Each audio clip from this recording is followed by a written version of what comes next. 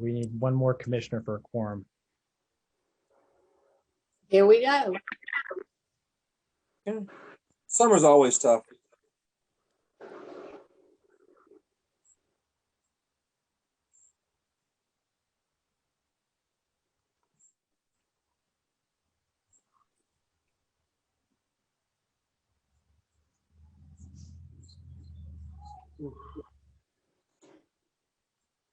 But I love ice cream.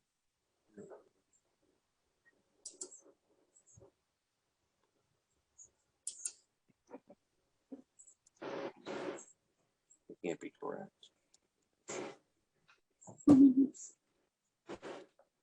It looks like we have the one more member. Hi, everyone. Hello, Commissioner. All right. We will call this meeting of the Hartford Charter Revision Commission to order on July 1st at 7:02 p.m. And we will move on to the roll call. David Grant, you want to provide that? Yes. So when I call your name, just please say here. James Wolfe. Here. Raul De Jesus Jr. Here. Thank you. John Gale. Alexander Aponte. Arunan Arulampalum. Steve Bonafonte. Here. Vicky Gallen Clark. Here. Kamora Harrington. Ken Kennedy. Here. Kathleen Kowalshin. Here. Melvin Medina. Yadira Rivera. Bruce Rugenstein. Here. Eon Smith. Here. You have a quorum. Arunan just joined. I just joined. Got it. Thank you. Thanks, Kate. Let the record know. And we'll move on to item number 2, approval of the minutes from June 17th. I'll entertain a motion. So moved. Second. A second. The motion's been properly made in second. Any discussion? Okay, all those in favor, please signify by saying aye. Aye. Aye. Aye. Aye. Abstentions? Abstain. The ayes have it and the motion carries. And we will move on to item number 3, testimony from elected officials. So section 3 of this evening's meeting will be comments from the elected city officials. This evening, we will hear from the mayor, the treasurer, members of the council, and the registrars of voters about their thoughts on the charter and any changes that should be made. Each elected official will be provided 5 to 10 minutes for comments, and in the interest of time, because I want to ensure that the commissioners who weren't able to offer comments last week, they have the chance to do so. There will not be Q&A after each elected official speaks. Although Attorney Mednick, if you need to ask a clarifying question to properly capture a proposal or issue offered up by one of the elected officials, please feel free to do so. And we are going to start this evening with the mayor, but we are waiting on him. So we will move on next to our treasurer, Adam Cloud. Treasurer Cloud, welcome. Thanks for coming this evening. It's great to see you. You have 10 minutes. The floor is yours. Good evening. I'm glad I showed up early, huh? Good evening, and thank you for allowing me to address the Charter Revision Commission and to thank the chairman and the commissioners for their willingness to serve on this extremely important commission. The Charter of the City of Hartford is a tremendous document that I believe properly outlines the authority and manner in which we govern our beloved city. However, I wonder how many within our government have actually read the charter, or more importantly, understand what it says and how its words outline the roles and responsibilities of various government actors. I am a proponent of the strong mayor form of government, and the experience that this city went through recently regarding the potential of bankruptcy showed us how important it is to have a competent and strong mayor lead our city.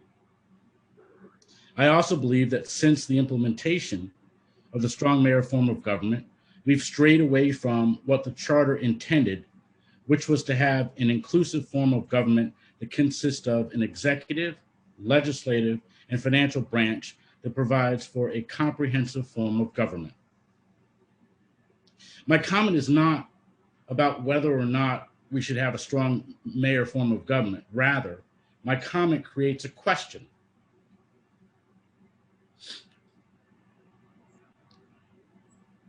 As to whether that decision created an environment in which we have limited or diminished the role of the other branches of government, and whether it created a disconnect between how departments coexist and operate.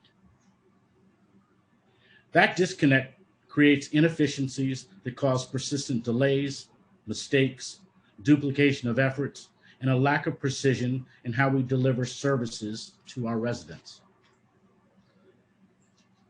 By example, Treasury is the custodian of all city assets, and as such pays all obligations due and owing of the city. So when a department reaches out to the finance department to request an emergency check rather than to Treasury, there's a delay in processing that request. My point is that it is clearly defined within the charter what Treasury's role is, but people don't know that. A clearer definition of the role of Treasury would be helpful.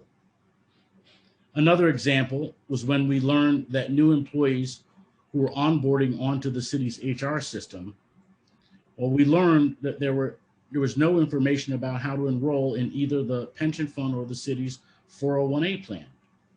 As a result, a shortfall in contributions was created, and those individuals had to make up the missed contributions through payroll deduction. Ultimately, the result was that these individuals missed an opportunity to participate in the market and experience potential financial gain for their retirement. I think this problem was created because, as I've seen in many instances throughout my career, is that one hand often does not always know what the other is doing or should be doing. Again, I'd say that silos are never good in government, and clarity about who does what is essential. I use this example not to cast blame on any department, because every day the people who work at City Hall work tirelessly to solve problems with the highest degree of integrity. And I know because my office has made its own mistakes in the past. In conclusion, it's my belief that there is nothing substantially wrong with the charter, but I believe that by better defining the roles and responsibilities of the mayor, council, and treasurer, all government actors will benefit and thereby avoid a level of vagueness within the charter that can create more efficiency and productivity for the residents of the city of Hartford. Thank you, Mr. Chairman. Thank you, Treasurer Cloud. And I see that we have been joined by Mayor Bronin. Mayor, thank you very much for coming this evening to address us. You have the floor, and 10 minutes is yours. Thank you. Thanks, James. I appreciate it. I will not take 10 minutes. First of all, I just wanted to say thank you to all of the commission members for your willingness to serve. It's obviously a hugely important role and responsibility to review and potentially amend what is essentially our city's constitution. And so I'm grateful for everyone taking the time. I agree with the final conclusion the Treasurer stated, which is I think that in most respects, I think the charter is strong and sound. I am a strong believer that responsibility and accountability should be in the same place, so that you can, the people of Hartford can hold their officials and in particular hold their mayor accountable. So I do think that basic structure of strong mayor form of government is important. I think that we have, many colleagues around the table, and I think we've established strong patterns and partnership.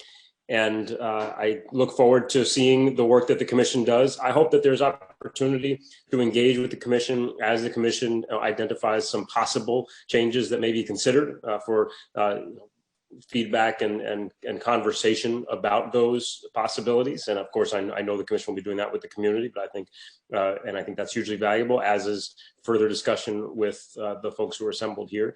So I at this point, I'm not coming in with any intention to really shape or prejudice your deliberations, just to say I appreciate your service and look forward to the opportunity to have conversation about any issues that arise as significant ones as you consider the charter. So thank you.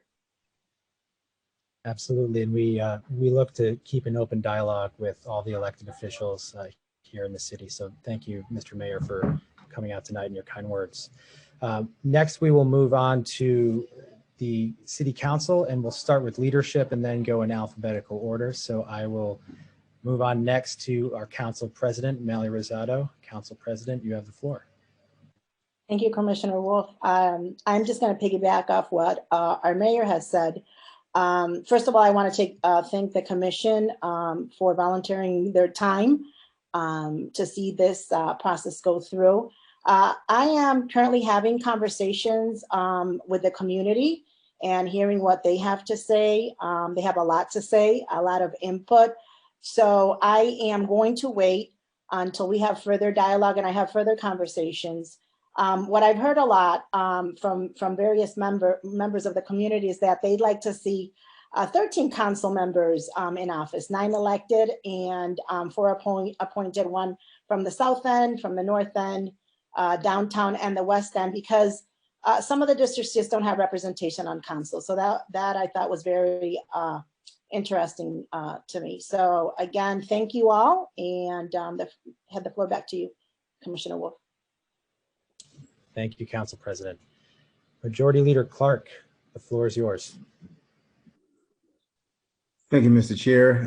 Good evening to all the commissioners, to those that I do know and those that I don't know. Thank you for saying yes and your willingness to serve on this commission. I understand that it is a great task as you review and consider what amendments to make to our city's constitution.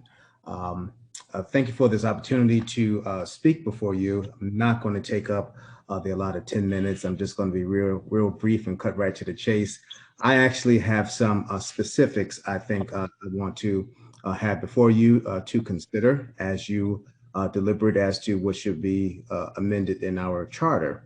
Being on council now for almost 6 years, I understand how the structure is in the balance of power in our city. So I just wanted to the commission to consider a possible change in shifting and balance of power, where the council will be allowed to make specific appointments to boards and commissions. Also, too, with that being said, even the shift in of how the Board of Ed is made up right now. Right now, the charter speaks to 5 being appointed by the chief elected official and 4 being elected by the residents of the city of Hartford. Possible amendments to that, I think, for your consideration would be a possible expansion of how many are elected, or shifting that a little bit to having the council, in addition to the mayor, having an appointment, or the 3 branches of government, the mayor, the council, and the city's treasurer. Speaking about equity and how there is a representation across the city as an elected body of 9, possible looking into whether it makes sense for the city council to change the structure to have more of a hybrid, which we have seen in the cities of New Britain and also Waterbury. I believe the city of Waterbury was the latest municipality to adopt a hybrid system. As you would know, that if there happens to be an entirely new council that would be elected, there would be no type of institutional knowledge that will be left on the council to run the city. And that could be alarming by many if that happened, that would happen to be so. Regarding the budget process, would like for you to consider reviewing how the budget process actually would be spelled out in the charter. Our budget process starts in April, and we have to have an adoption by the city's budget by May 31st. Some would say that that is not enough time to thoroughly review the budget and interview departments and make consideration. So I would humbly request that you would consider looking to whether it makes sense for us to start the budget earlier, maybe in in March, or extend it beyond May, somewhere around the time when the General Assembly would adopt its annual 2-year budget. Also, too, regarding the structure of our office, it's written in the charter on how our office is structured, and I would humbly request that you also look at if it would make sense from your body that we would be allowed to restructure our office to resemble the makeup of the General Assembly's committees as well as Congress. So what I mean by the General Assembly, would it make sense for each council committee to have its own aide, and whoever is assigned to that, they would actually have responsibility to reporting that specific department to that council member. Also, too, would it make sense to restructure the council so the council would be able to have its own legal counsel, to have its own finance person, to have its own budget person, so that the council would be able to have real-time, up-to-date information regarding the city's business. And Mr. Chairman, that concludes my comments. Thank you very much, Mr. Majority Leader. Next up, we have Councilwoman Shirley Surgeon. Councilwoman, you have the floor. Good evening, commissioners, and thank you everyone for the time that they're putting in to working to help us develop a better system for governing our city. I appreciate everyone's time and consideration. I didn't have anything prepared. I just have a little outline. I'm going to be less than 10 minutes. I do have to second Councilman's Majority Leader Clark on the board and commissions, the hybrid system. I do definitely believe the budget process certainly needs some consideration. Definitely, it's a rush process. This is a part-time position for council members. And so having staffing, not just an aide, but staff with experience. So I do second his idea for restructuring the staffing in our office, except, not sure how to go about doing so. But I do know that having information as far as the budget process is concerned, it's really helpful to have someone with that background, because by the time it's a council deliberation and interviews with department heads, it's short. And so I think we just need a little bit more time, and how much time I don't know. We have to really, hopefully your deliberations will help us kind of flush it out a little bit more. So I think I have 3 different areas, which I kind of jot down some notes. One, I definitely think that the city council should possibly go with a district election. I do support a strong form of mayor of government, absolutely.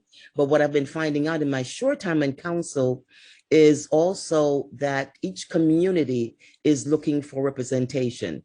Back in 1969, I believe, when we went with a partisan election, basically we really need to make sure that the neighborhoods that we have in the city have representation. I'm not quite sure how that would play out. We could increase it to a 11-member council, but I would ask for your deliberation and trying to flush that out a little bit more. Certainly would like to go back to electing the Board of Education. I'm finding as I speak with the neighborhood, our residents in our city think the council also basically have a lot more to do with the Board of Education. And this really came to the front in the last couple of weeks when additional money comes down from the federal government, and the residents and businesses asking the council members, or giving them ideas how to spend the money, not knowing that there's a separate elected body, Board of Education body.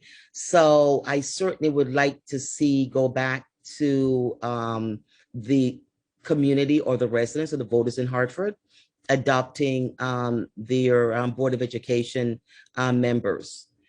And last but not least, I have notes regarding the city pension. I've heard from several retirees who feels that they've really been involved and worked for the city. They can attend the pension and give ideas of the pension commission, but they don't have a vote. So they have asked me to suggest or ask for your deliberation. How does a retiree, the retirees in the city, get a membership vote on the pension commission? So those are my ideas so far. I hope I did not go over my 10 minutes. I thank you very much for offering the council members an opportunity to voice our thoughts in this deliberative process. Well, you are very welcome, Councilwoman Surgeon, and this will not be the last time we'll see you, I'm sure. And then last but not least, we will go to our Democratic Registrar of Voters, Giselle Feliciano. Madam Registrar, you have the floor. Thank you, everyone. Good evening, everyone. Commissioners, thank you for your time and your service. Council members, Mayor, and Treasurer. Agreed with all of the past statements that were made. As far as the Registrar of Voters office goes, right now, we're pretty much governed by the general state statutes. I don't see too many of the changes that should be made within the charter, except that I know that in the past, someone requested a professionalism to be added onto the office. So I hope the thoughts have been changed since then. And I'm here to answer any questions from the commissioners that you may have in regards to our office. Okay, thank you, Madam Registrar. We will certainly follow up in writing if there are any questions or if there are issues that we're covering that would specifically touch on the powers of one of your offices, or if one of your staff or you feel like you need to weigh in on an agenda item, we will be happy to have any of you back to provide comments, because it's critically important that you all stay engaged throughout this process and you don't get a document at the end where you're surprised and you haven't had any input. So thank you all for coming. Feel free to stay on to the end of the meeting if you'd like, but you're free to go now if you so choose. And we will move on now to agenda item number 4 on our agenda. And we'll hear from the commissioners that were unable to provide comments at our last meeting, and I will go in alphabetical order. And so it looks like that would be Commissioner Bonafante. If you'd like to provide some comments on the charter and some suggestions, you can feel free to do that now.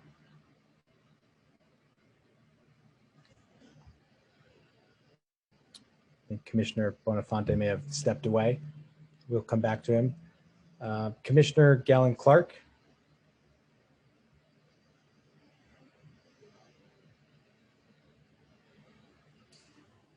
Okay, I'm here.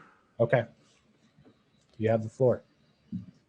Thank you. May I also comment on what was just shared as well? Okay, I'm seeing Attorney Metnick said yes. Yes, yes. So I'll start with the most recent.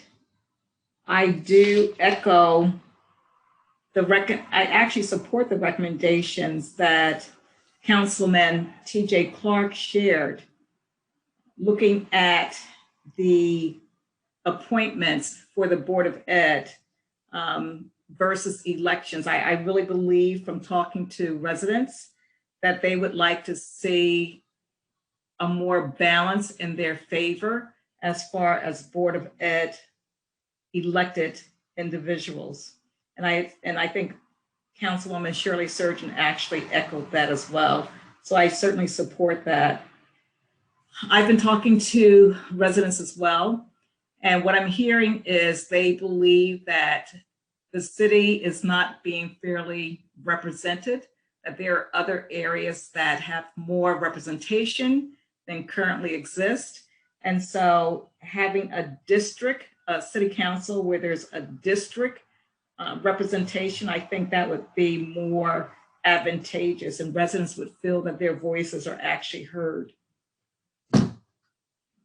I also believe that listening to the delineation of roles and responsibilities, I think that just cuts out a lot of misunderstanding and confusion.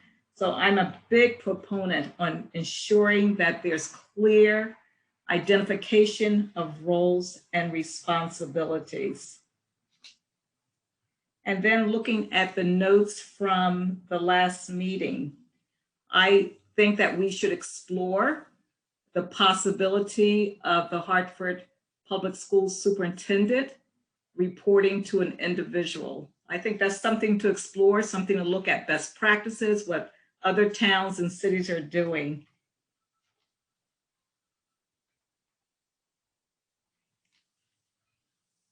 I have talked to quite a few residents, and I think there's an opportunity for education and awareness. I've talked to probably hundreds of individuals over the last couple of weeks, and no one that I talked to knew what the charter was, what it says, what's included in there.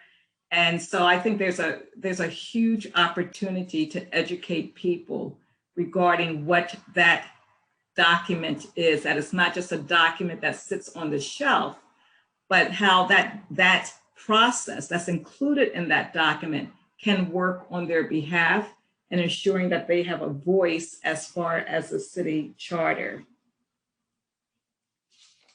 That's it as far as my notes. If I have something else, I hope I'll have another opportunity, but that's it as far as my notes. Absolutely.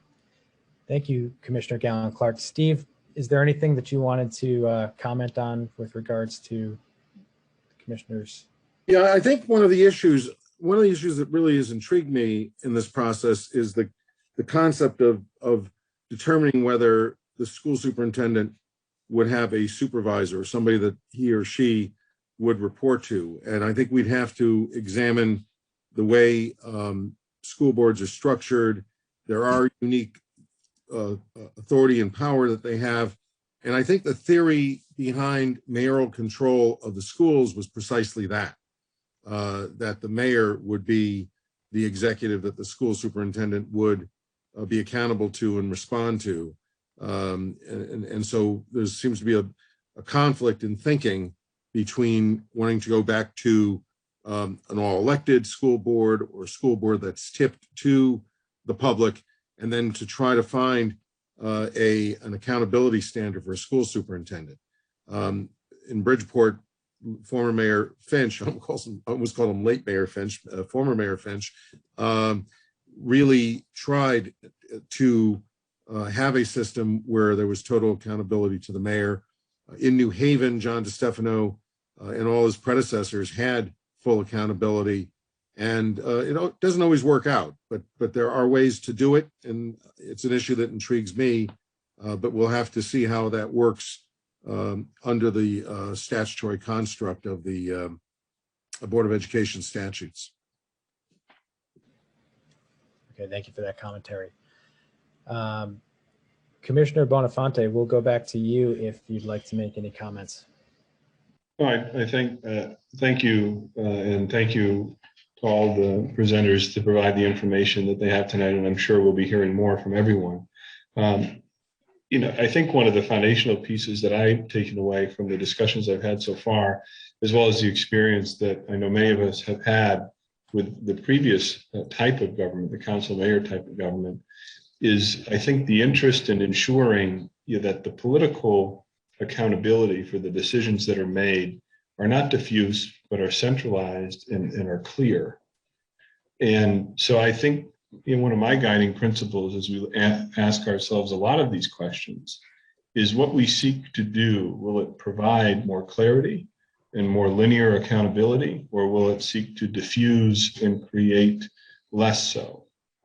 So I don't have an answer really to any one particular proposition, but my personal bias is to err on the side of providing, again, that type of clarity and very specific accountability to an elected official, ultimately, for the policy making and for ensuring that both the executive branch and the legislative functions are being served properly. So.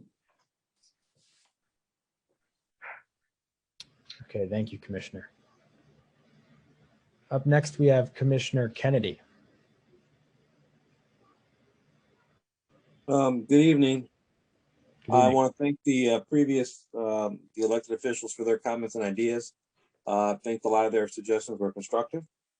And I want to thank the commissioners for their thoughts as well.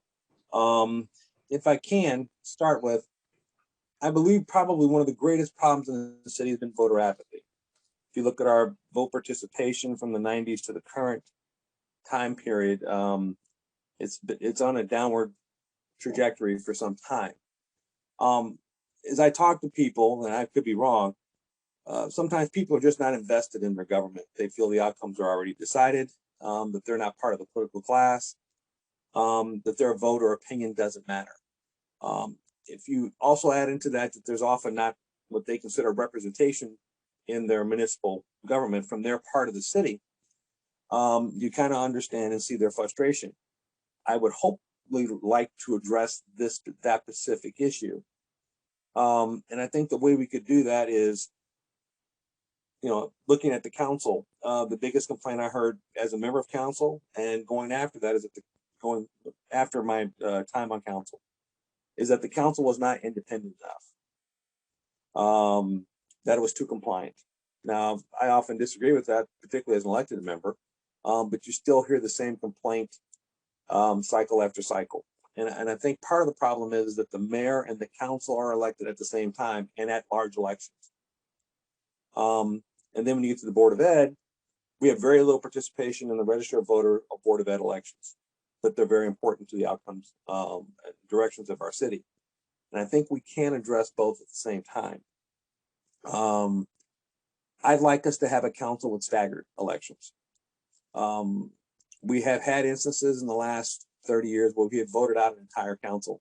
We've had, gaps in memory, in organization memory, and that's a problem. So if you staggered the elections, if you went to a hybrid council and you had district elections at the same time you elected a mayor, and then you had at-large elections 2 years later, each giving them both 4-year terms. If you had elections 4 years later, if you elected the citywide councilors along with the Board of Ed who are also elected citywide, I think you could address, one, the independence of council. People from districts have a tendency to feel very independent. They don't owe their election to any one political party. As a matter of fact, political parties might get very interested in certain elections. Republicans might compete in some districts in the city. Working families might compete in other districts to actually win the district and not just solely accept minority representation rules. So I think that could greatly enhance voter participation and increase independence. And then for the Board of Ed elections, if you're having Board of Ed elected citywide along with the city councilors who are elected wide, I think you will increase interest and participation in those elections as well. And then having those elections staggered, you will always make sure that there's a city council that maintains organizational, institutional memory, which I think is vitally important. Now, the trick on that's going to be, what's the number? We have made those proposals in the past, 11, 13. The problem has been that the minority party feels it's going to lose a seat. The best way to address that maybe is to go nine, keep your 9 at large and go to 6 districts. I don't know. I think that's something we have to discuss. But I think that may be the best way to address one. You'll have people always elected from a district. Each portion of the city will be able to have their own representative. You'll also have people who are elected at large and take a larger view of the city. But those people who are elected at large won't feel they owe their political livelihood, their political lives, to the mayor who got them elected because they didn't run with the mayor. And I think by those two simple changes, you will create a more independent legislative body, which is again the ultimate objective. And you'll create, I think, more voter participation, more people who feel invested in the system, particularly if they have their district representatives. As for the Board of Ed, again, having their election with at-large counselors, I think will increase their participation within the system. And people take more interest in that election. The other thing is I like the skill requirements that we've had in the mayor's appointments to the council, to the Board of Ed. But I do think it's time now for the Board of Ed to be more have more people elected by the people as opposed to appointed by the mayor. As for the issue I've heard discussed this evening about who does the superintendent work for, what's the mayor's input, you can always write in the charter that the mayor makes the appointment of the superintendent with the approval of the board of education to address that issue and still have an all elected board. I've heard certain comments with appointments. I think we need to get a list of all the boards and commissions, figure out which ones should be council appointees, increase that number, and which ones should be mayoral appointees and the policy reasons behind that. As for the budget calendar, as a former budget chair, the comments made are entirely correct. We often had to approve a budget without knowing what the state dollars were. And that's not a good way to run your government, because you're making projections based on last year's budget numbers, and the budget numbers could change. Oftentimes that number was reduced from state funding after we'd already passed the budget. So I think that we need to change the budget calendar from May 31st to probably the end of June, is when council needs to pass a budget. That way you most likely you will already have your state budget numbers approved. And the last thing that I personally wanted to look at was the reorganization of the police department. There are some functions throughout the country, which is why I had mentioned in previous meetings, where other towns, specifically Eugene, Oregon, I thought would be a good example, where people have taken certain functions. They're still under the control and direction of the police department, but police officers are no longer performing those functions.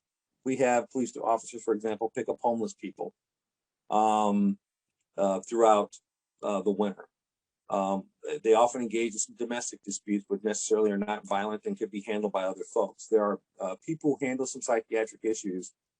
That cahoots unit that operates in Eugene, Oregon, I think could be a very effective way for the city to address some of its needs for involvement of the police department, but at the same time, the city doesn't have the capacity from a budget standpoint to increase its police force much beyond 400, 411, 420, for both pension and budgetary reasons.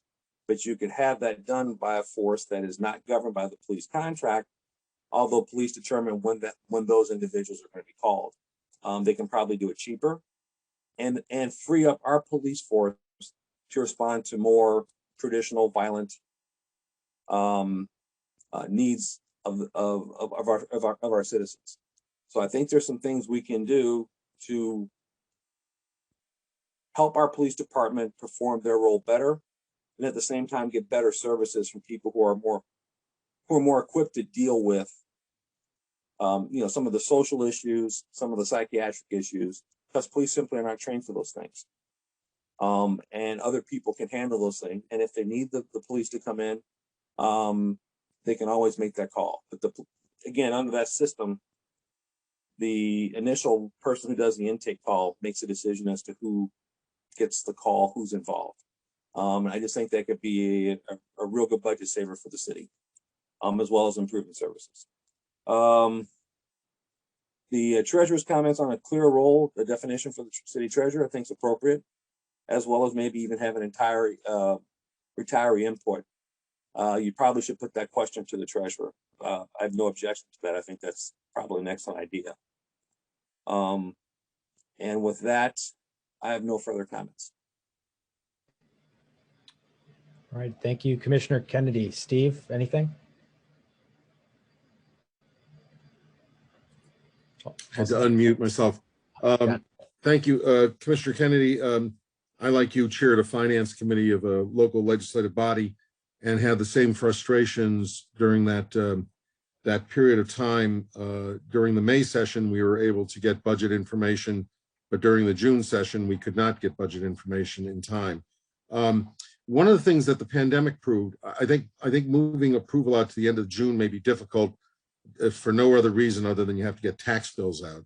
But one of the reasons we had a cap on getting the budgets out in early June was that they needed 2 or 3 weeks to do the taxes. I have found this year with the pandemic and a lot of towns extending their budget schedules that they got the taxes out in time because computer technology has eased things up. Do you think we can actually go to the end of June to approve a budget, or do you need to leave a little gap in there for tax collection? You might want to leave a little gap in there for tax collection. It's a valid point. My point is that we often pass budgets on a projection from the city, from the state, as to what our share of dollars for both the Board of Ed and other grants we were going to get, and that often determined whether there's going to be a tax increase or not. And that's a very hard decision you're making at that point in time, particularly if you have to do it in early May before the legislature has nailed down what it's going to do. And oftentimes they actually had special sessions, which didn't help either.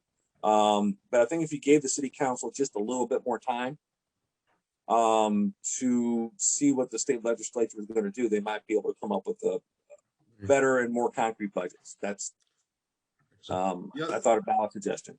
The other question, and one of the benefits of having 7 lawyers on this commission, but having a number of lawyers on the commission, is you made a statement regarding the mayor's ability to appoint the school superintendent. And I don't know the answer to this because I've never had to address it, to be honest with you, in any of my charters for the last 25 years. Do you know something that I don't know? Does the mayor have authority, or is there anything in the education statutes that would limit that? No, Statement. I just want to make sure. I mean, that's me just trying to address the problem that I heard this evening. Because previously, your thought process about the Board of Ed was when we went to a 5-4-5 appointed, 4 elected, the mayor was by de facto the appointing authority for the superintendent of schools, even though technically speaking, it was done by the Board of Education. And I think there's some concern where people would like the mayor to still have that voice in the Board of Education, but at the same time, there has been a fairly universal thought process that we need to have more input from our citizenry. More people need to be elected. Remember, we went to that system right after we had that, I won't say not quite default, but we had a series of problems with the Board of Education. We went to a special grant for legislation where it was a completely state-appointed board.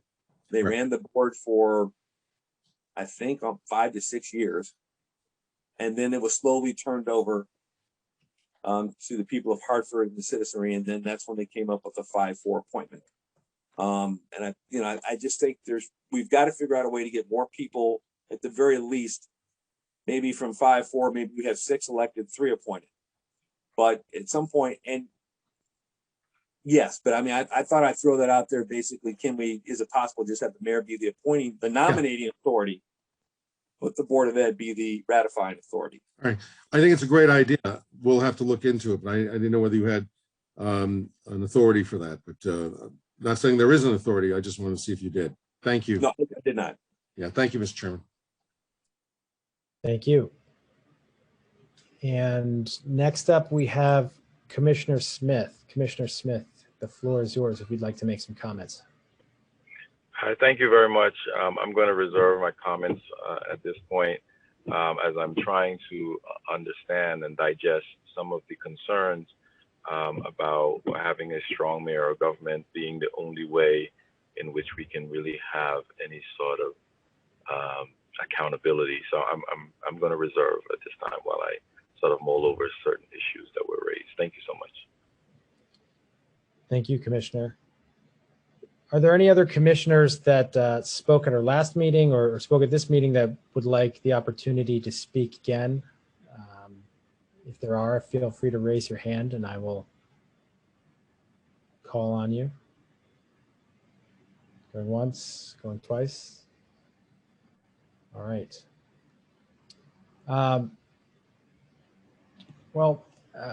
Thank you everyone for your input.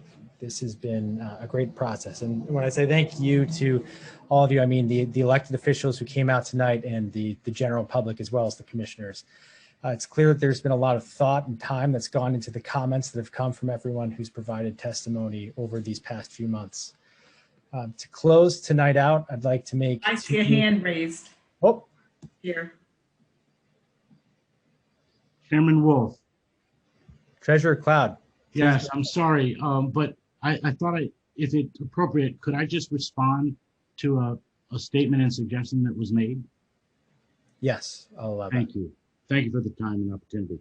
So there was a statement by my colleague, Councilwoman Surgeon, about retirees on the Pension Commission. Happy, that's not something that I would ever oppose.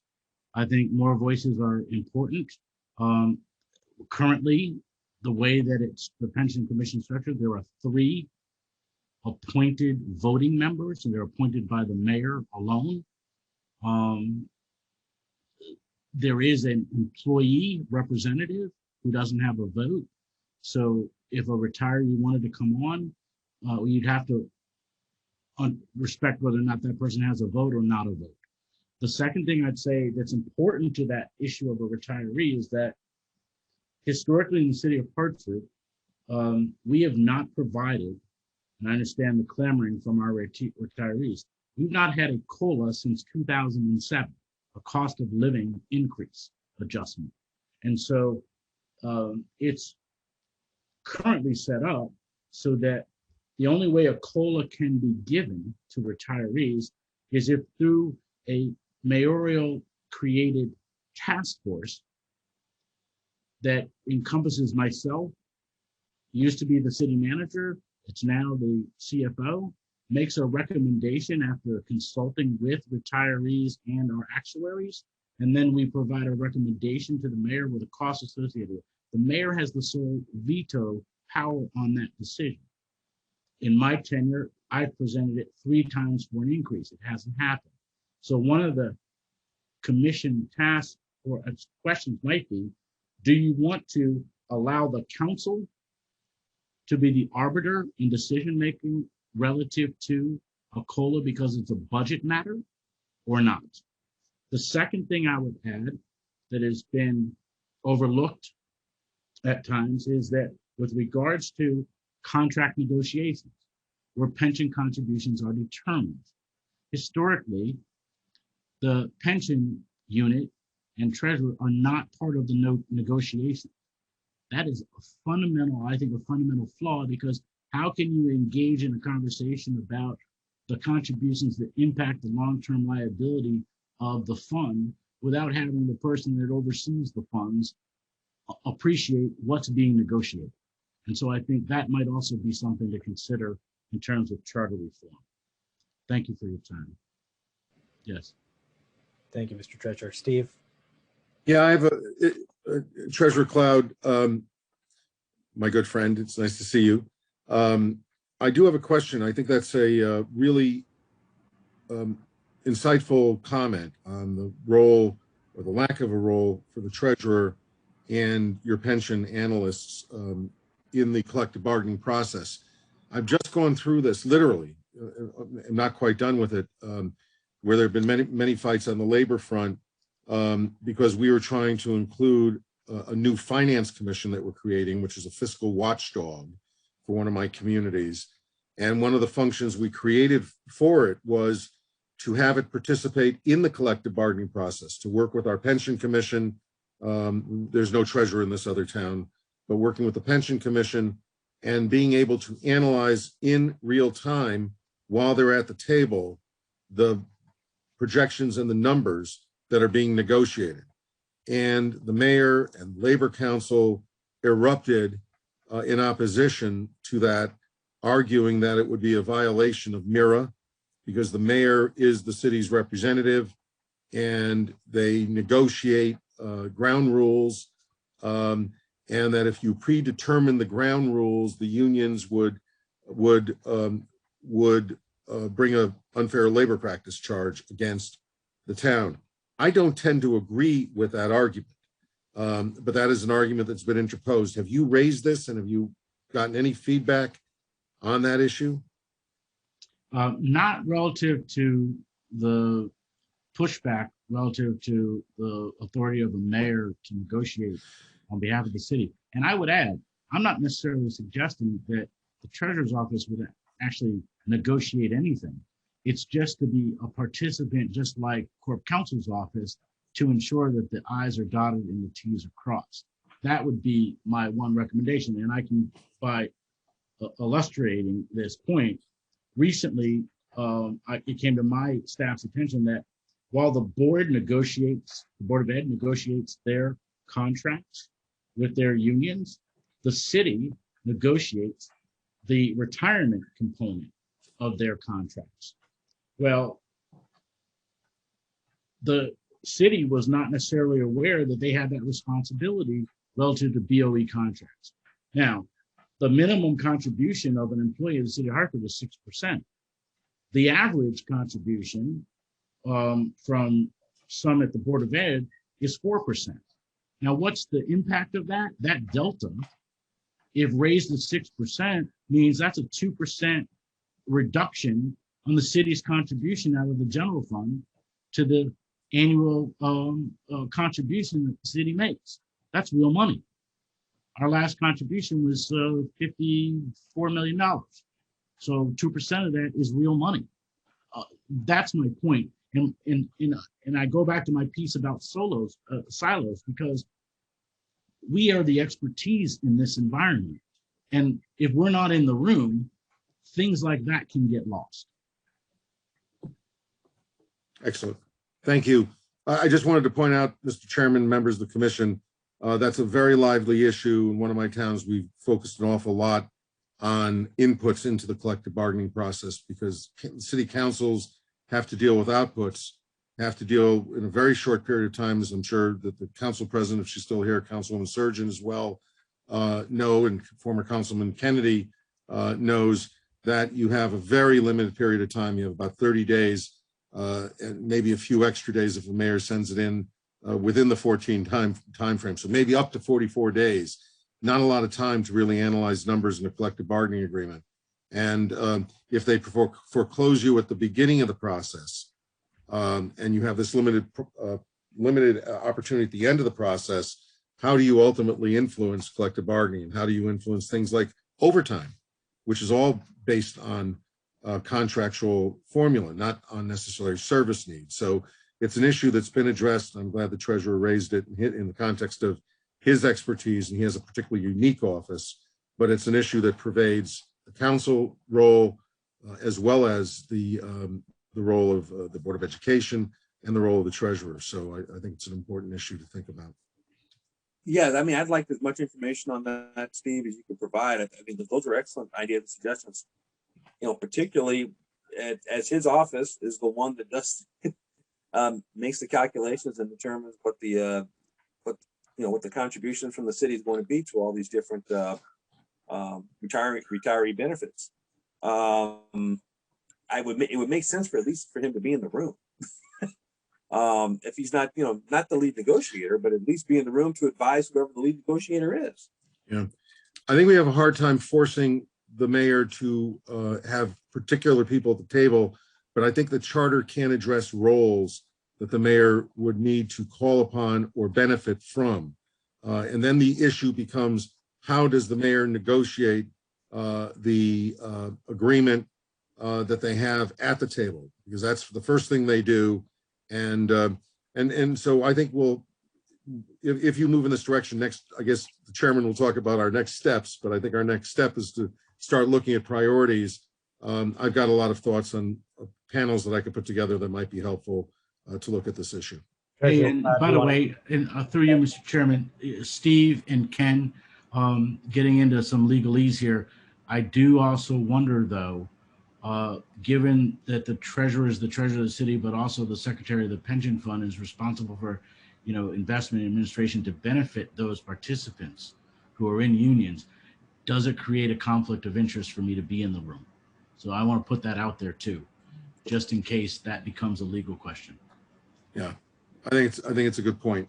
But no, it's a complicated issue, but it's a significant issue, and it really goes to the core of a lot of uncontrollable expenses that municipalities have to deal with, that the council has very little ability to deal with if they don't make inputs on the collective bargaining process. Yeah, I'd highlight that there are 6 open contracts that are going to be negotiated with the Board of Ed this year. Okay. And that's then the council, talked about the expert. The council's very few council, or even the council as a whole, has the expertise to deal with that issue. But the Treasury office clearly does. That it would make a lot of sense if the Treasury could be in the room to assist, particularly with what the impact of whatever the negotiations are going to be. I appreciate the conflict of interest point, but there's got to be some way we can give your expertise to the lead negotiator, the mayor, who's making those types of decisions, or at least inform you of what those decisions are going to be before we reach final agreement. And the council's put in the awful position of giving, usually 2 weeks, to ratify documents that's going to have significant impact. Right now, the biggest impact for the city is the contribution. Yep. To the MRF. When I was there, it was in the 40s. You just gave a 54 number, and I was like, wow. But that's gross. That, by the way, that's gross. That's not the net city. No, understood. But the number is growing, and that has a significant impact on our budget. And I just think the Treasury should have some input in that at a minimum. So, okay. Thank you, Mr. Chairman. I hope I didn't prolong the debate too much. I think it's an important question, so I thank you for allowing me to ask it. No problem. Councilwoman Surgeon. Thank you, Mr. Chairman. I wholeheartedly, definitely glad our treasurer brought up that item on the agenda, because one of the things when the contract is negotiated, and again, it comes to council, we have a very short time.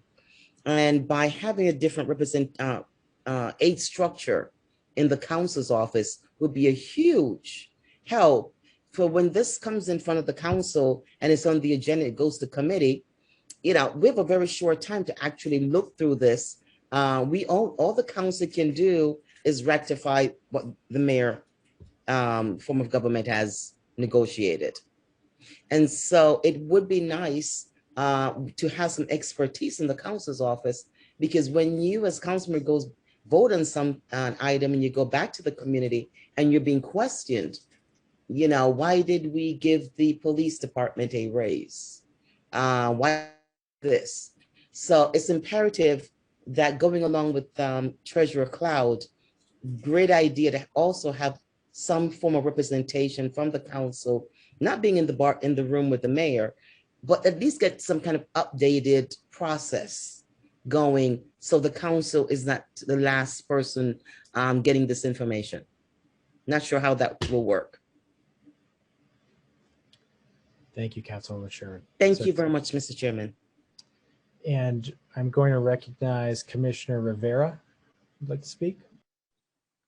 Good evening, everyone. I just wanted to say that I know I've been quiet ever since the commission started. I am new to the process. At the same time, when I'm quiet, I am learning. So thank you so much for everyone and their experience and all the information that I am gaining from you all. But I wanted to just share really quick that I do want to hear a little bit more and have a little bit more discussion with the commission when it comes in regards to every community neighborhood being represented. in the council. I think that that's very important as a resident and as a community organizer. I think that is very important for a resident voice to be valued and brought to the table when it's, time for decision making. So I think that having representative from every neighborhood in the city will be something that I want to hear a little bit more about and see how we could go about making some changes and having that being represented. But I also think again that there's a lot more that I need to learn when it comes to being part of the process. But I do agree that is something that I will like to hear more about and see how we could come about having that change made. So thank you again for giving me the opportunity to give my opinion. Thank you, Commissioner Rivera. We appreciate it. Any other commissioners? All right. Seeing none, I'm just going to close with two general proposals. The first, I think I'd like to take a look at the preamble and potentially insert some basic principles that the city should aspire to. For example, in Hamden's charter, they mentioned the pursuit of ethical, professional, and honest government. And as it stands right now, the Hartford's preamble is pretty sparse. So taking a couple of folks to take a look at that and maybe add some meat on the bones there, I think would be a good idea. The second, I'd like to have a conversation about diversity on our boards and commissions and to take a look at how some other municipalities and states tackle that issue, and if that's something that's feasible to do here in Hartford with this process. And then there are other ideas that I think the public, our elected officials, and certainly a number of our commissioners have raised that we'll need to take a look at. Composition of the council, oversight of our police force, election or appointment of Board of Education members, and a whole host of issues that were discussed over the past month. But that being said, I hope that everyone does keep an open mind as we go through this process. We're going to be taking deep dives into some tough areas of policy. We're going to learn a lot. We'll be challenged. There will be issues that arise that may not be foreseeable right now. And there's going to be a lot of reading. There's going to be a lot of debate, and it's going to be hard work. And as we're considering these issues, even if we decide on a policy that we all agree on as a commission, we also need to keep in mind that we're not operating in a vacuum and that we've got the council that will need to approve our recommendations, and then ultimately the voters. And I'm sure that Steve can tell you plenty of cautionary tales of charter revision commissions that lost sight of that and had their efforts derailed. So as we transition out of this period of taking in high-level input and start determining what issues we'll be taking a look at and taking a deep dive and start making decisions and recommendations, and that process is going to start next week with kind of figuring out, our next meeting rather, kind of figuring out where we're going to start focusing on. I hope everyone takes those considerations into account. And personally, I think, probably many of you agree that I think the members of the council who appointed us, the other elected officials of the city and the public at large, they deserve a work product at the end of this process that takes into account their input and that solves real problems, that helps the city runs better. And as chair, you have my commitment to move forward in a manner that will help us get that done. And so seeing no other suggestions to make— 1 second, Chair. I think Councilmember Clark was trying to get our attention. I think he wanted to add something to it, if I'm not mistaken, if I saw it on the screen. Councilmember Clark. I'm sorry, Mr. Chair, I don't want to prolong the time, but it was just very intriguing when we were discussing about the contracts, and especially after they're decided on and they're given to the council in a short amount of time that we have to deliberate and to decide. The problem is this, and I only found this out by when we had to approve the, I think it was 1716's contract, one of the union contracts. We have to approve it in totality. We have no type of line by line veto power. That stems from the budget as well as union contracts. So if there is something that is that we feel that is adamantly wrong or unjust to the members of the union, we have to consider the entire package, either approve it or not, and that can shift the budget, that can shift other city priorities. So I would just humbly request that as you continue to have your debate and discussion regarding what things to amend, that you consider whether it's allowable by state statute that we can actually do a line item veto for union contracts, as well as the entire budget as a whole. Steve, I think you have some real-time input. Yeah, the real-time input. On the Mr. Majority Leader, nice seeing you. With regard to the contracts, the collective bargaining agreements, they are controlled entirely by MIRA, by the Municipal Employee Relations Act. And one of the constraints, besides the time on the 30 days, if you were to reject a contract, it goes into arbitration, mediation and arbitration, and you lose total control. It's I have talked to CCM over the years and cost, and it really should be a priority to try to fix that process so that legislative bodies have more input in that process at the end of the process, even with the timing alone. With respect to line items in the budget, we can control, the charter is entirely controlled by, controls that process, and that's an issue that would readily be before the, it wouldn't be a line item veto, the mayor gets the line item veto. We'd have to take a look at what your authority is, but we have full authority as a commission, you have full authority as a council in approving our work to decide what the budget process is going to look like. So you have more flexibility on the budget side. We have virtually no flexibility on the CBA side. Thank you. Good seeing you, my friend. And since you have eloquently stated that, I would definitely like to see the flexibility that we potentially can have on the budget side. That will definitely help any member of City Council. Thank you, sir. So noted, Councilman. Last call. All right, everyone. Once again, this has been great. We've got a lot of work to do. I will be reaching out to the commissioners via email after the 4th of July holiday to provide you with an update for the process by which we'll go and start figuring out our priorities.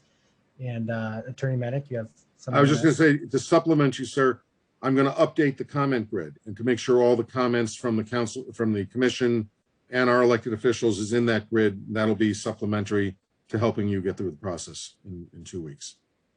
Great, thank you. Yeah. All right, and I wish everyone a happy holiday and stay safe, stay cool, and without objection, we will stand adjourned. Thanks, everyone.